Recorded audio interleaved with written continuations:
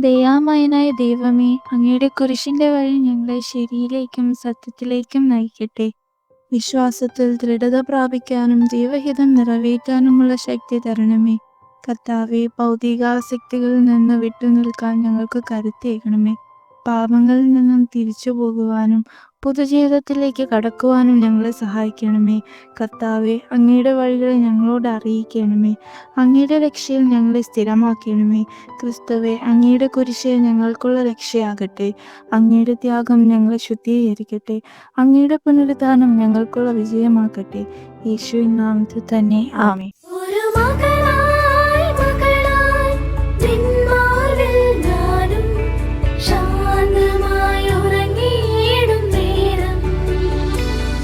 ഒരു മകൻ